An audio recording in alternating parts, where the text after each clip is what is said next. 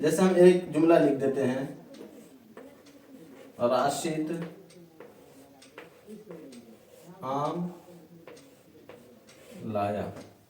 اس میں دیکھیے، اگر ہم صرف اور صرف اس جملے میں لکھتے ہیں راشد لایا تو یہ بات سمجھ میں نہیں آتی کہ راشد نے کیا لایا۔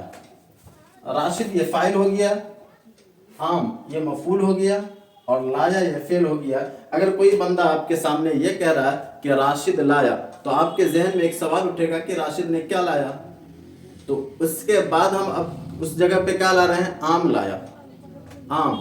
تو یہ آم لا کر کے جو لفظ بتایا ہے کہ یہ آم لایا، تو آپ پوری جملے یہ بات سمجھ میں آ رہی ہے کہ راشد نے آم لایا۔ اس لیے اس جملے کو ہم کیا کہتے ہیں؟ فعل متعدی، اور اسے ہم فعل لازم کہتے ہیں، اس لیے کہ اس میں ہمیں کسی بھی مفعول کی ضرورت نہیں پڑتی ہے۔ خلاصہ یہ ہے کہ آپ کو جس جملے میں بھی مفعول کی ضرورت نہ پڑے اس جملے کو ہم فعل لازم کہیں گے، اور جس جملے میں ہمیں مفعول کی ضرورت پڑ جائے ہم اسے متعدی کہیں گے۔